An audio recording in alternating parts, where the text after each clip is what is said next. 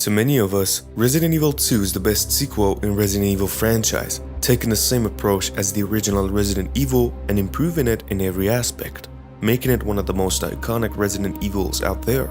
The original Resident Evil 2 was released back in 1998, introducing Leon as Kennedy, a rookie cop on his first day, and Claire Redfield, a student who is looking for her missing brother, as two main antagonists. Almost 20 years later, the game received a remake which changed the game in a lot of aspects. The first major difference has gotta be the camera perspective. Now with the modern graphics and improvements, the over-the-shoulder perspective would be the best, although the developers tried fixed camera angles as well. Resident Evil 2 Remake was released in 2019, being the first official remake after the release of the original remake, along the sequel Resident Evil 3. In this video we'll dive into Resident Evil 2 and we'll review it after 3 years to see if the word remake is proper for this game, or does it keep up to the recent games released, or is it generally a good game after all. I'm a Raccoon City survivor and this is Resident Evil 2 Remake or Reimagining.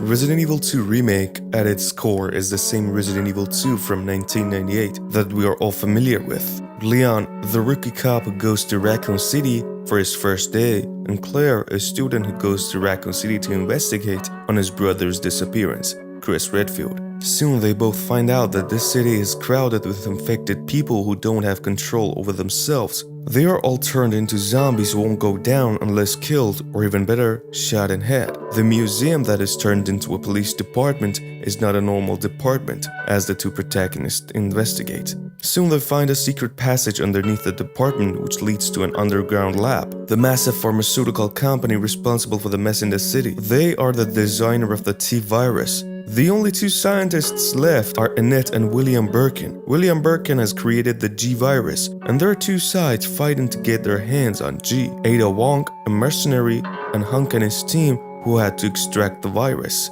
The two protagonists managed to beat Birkin in different stages, and at the end, they both escaped the city with young Sherry Birkin just before the city's explosion. The story is the same in core, but there are some differences more or less. The A and B scenarios are here as well, which makes the game replayable, letting you literally play the same two scenarios as two individual characters. Though there are some weird moments in two different scenarios which don't even make sense, like Leon fighting G Stage 1 and defeating it, and Claire doing the same thing, though Leon just did it in a couple of minutes ago. The first scenario takes around 3 hours to complete, and the second scenario needs almost 2 hours. Considering the fact that you can play this game 4 different ways, it has to take you at least 10 hours to complete, which is decent, and extra modes are not included. As said earlier, the story is the same. You are still playing Resident Evil 2, but there are some differences to the story that you need to know. Firstly, Resident Evil 2 1998 went with a direct start, letting you start from the Raccoon City itself, right in the middle of fire and the crowd of zombies. Resident Evil 2 Remake, on the other hand, lets you start in a more relaxed way. It lets you start in the gas station, which you will learn the game's basics and mechanics, and this gas station is a recreation of the first cutscene from Resident Evil 2 1998. Originally, a zombie would have caused the car crash, but now, the driver that we saw earlier crashes his truck, which leads to a big explosion and luring the zombies towards the characters. Originally, you would have met Robert Kendo at the beginning, but now you meet him later on after exiting the RPD, and he won't get killed right away. And gotta say, the improvements done to him are great. He is now more believable thanks to the realistic looking motion capture animation and nicely done voice acting. Overall, there are some changes done to the game, and gotta be honest, the changes are done in favor of the game. Thanks to the 20 years graphical improvements, Now you can see dark corridors, scarier and more claustrophobic than ever. The reflections on the ground and the overall level design is crazy. Now you can find corridors blocked by objects that you have to move manually to clear out the way. Or you can also find big hallways crowded with zombies and lickers. Overall, Resident Evil 2 Remake does a great job of presenting the beloved original Resident Evil 2 1998, so that you still feel you're playing Resident Evil 2. Or does it?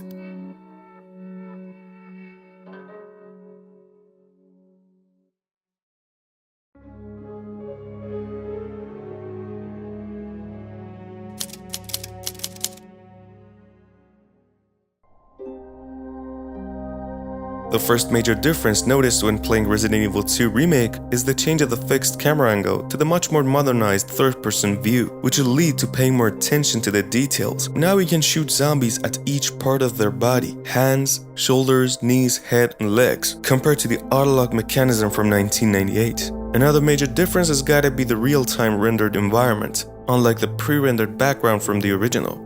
And now you can open and close doors and find yourself on the other side instead of seeing doors being open as loading screens. The gameplay is very interactive now, as the game introduces us to many new mechanics added, which makes it literally fun to play, like the additional knife mechanism, which is a combination of two sides of Resident Evil, the original Resident Evil Remake and Resident Evil 4, 5, and 6. You can use it to break crates or slash enemies with, or you can use it to break free when grabbed by a zombie, but you gotta know it'll decrease its durability, which will force you to finding a new weapon. The RPD is crowded with zombies as the police officers are all killed. Leon and Claire are the only human beings here, and to survive, they have to prevent zombies from crawling into the RPD, and this is where the new mechanic shows up. Around the RPD, you will come across planks scattered around. You can use them to barricade some of the windows in RPD that are broken through, so that you have less trouble fighting zombies. But you gotta know that there are a lot of broken windows in RPD, and you cannot barricade them all because there are only few planks to be found. Also, they take one inventory block, which is quite a lot at the very beginning. Speaking of inventory, in Resident Evil 2 Remake, we are once again presented with the same inventory system from Resident Evil 7, where you could stack weapons, healing items, and keys and ammunition. We also have the additional item box from the original Resident Evils, which come quite handy when you run out of space. Also, the in-game unlockables will appear in the item box. One of the things that almost all of Resident Evil games share are the healing items. They are mainly green and red, which will heal you different amounts. In Resident Evil 4, we have these yellow herbs which increase the maxed health limit. In Resident Evil 2 Remake though, we have these new blue herbs which not only clears poisonous effect, but also acts as a layer of protection for a decent amount of time, so that the blue herbs are not the least used herbs. Just like the original Resident Evil 2, Leon is equipped with his personal sidearm, VP-70, also known as the Matilda, a polymer handgun which uses 9mm parabellum rounds, and the same goes for Claire. When investigating RPD, you will come across some weapon parts that could be used as attachments, like extended magazine, stock, muzzle, and many more. Overall, the variety of the weapons provided in this game is insane. Handguns, shotguns, launchers, Colt revolvers, submachine guns, grenades, and miniguns. Resident Evil 2 Remake does a great job of balancing horror and action, so that it is never frustrating or never action-packed like Resident Evil 6. One of the key elements in this topic are the puzzles. In this game, there are a bunch of well-designed puzzles that could be hard to solve sometimes. Overall, there are some decent amount of cleverly designed puzzles that some could be solved and some could be skipped, with one of the most clever ones being these small lockers that you have to find a new pattern in each playthrough, which means it is randomized and you cannot memorize it to speedrun the game or something. And it will grant you the buttons to unlock the other side of the locker room. The Raccoon police department itself feels like a puzzle too, with different rooms all over the place that you have to memorize them. Cause like the original, you're gonna be having a lot of going back and forth. In addition to that, some of the doors are locked with signature keys that you have to find them as you progress. And also the traditional phrase, "it's locked from the other side," is here as well. Overall, this game is not just a struggle to survive, it is a nicely designed puzzle too. One of the things that helps Resident Evil 2 Remake stand out is the super realistic looking models in this game. Everything just looks so real. Even a burger. You will also notice this when you come across zombies. They are highly detailed and they move so realistically creepy. Everything they do is based on real life. And just like the original where you could split zombies in half with shotgun, you can shoot zombies in each part of their body so that the organs will fall apart. Hands, legs, even splitting them in half. But the thing that I went for most of the time was the head. And gotta say, paying this much attention to small details is really respectable. Lickers are one of the most iconic creatures in the franchise that were firstly introduced in Resident Evil 2 1998. They are present in the remake too, but with a small difference in introduction. They are super responsive to your footsteps, so you have to be quiet when near them, because once you're detected, they can deal you lots of damage. And finally, controversial Mr. X, the second stalker enemy in recent Resident Evil games after Jack Baker. Unlike the original, Mr. X shows up in both scenarios. The first one, when you're trying to return to RPD from the crash site, and the second one when you're trying to go to RPD from the parking. Back in the days, it was a huge deal to have an enemy who is a stalker. And now Resident Evil 2 Remake went even further. Now Mr. X responds like a real human, which means he sees and listens, meaning you won't be detected if not in his sight and if you don't make noise. Noises are mainly gunshots, footsteps, and opening and closing doors. And the final thing are the outfits, which are more believable now. Leon starts the game with a more casual clothes and he changes to special uniform when he reaches the RPD. And the outfit itself has changed a little bit to make it more realistic, and also the same goes for Claire.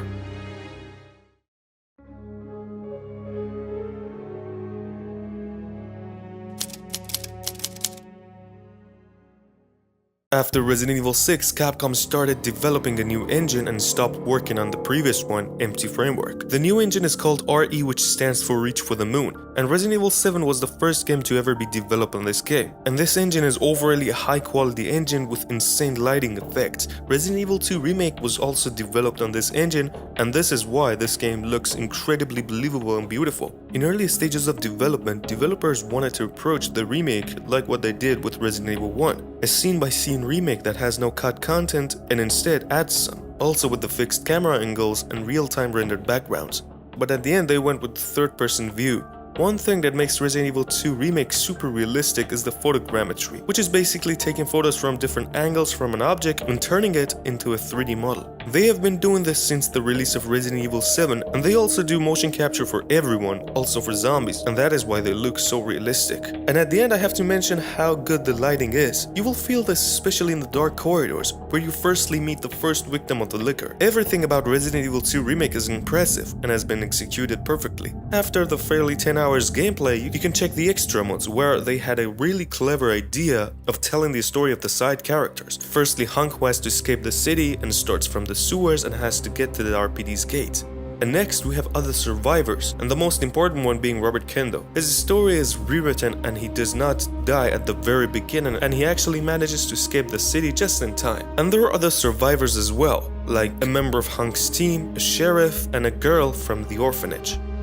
One thing that disappointed me was microtransactions. You have to pay to get the original soundtracks and sound effects, which for a remake is definitely not proper.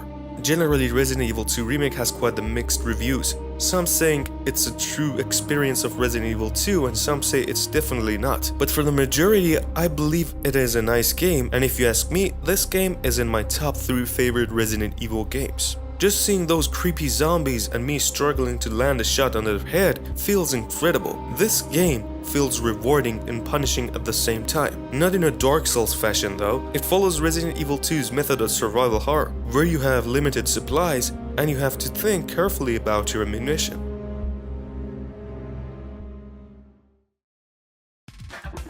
So, that'll do it for Resident Evil 2 Remake 2019. Let me know what you guys think about this game. Do you believe the word remake is proper for this game? If you do, let us know your thoughts down in the comment section. And if you have come so far and enjoyed this video, then please make sure to give this video a thumbs up and subscribe to my channel. I'm a Raccoon City survivor, and as always, thanks for watching.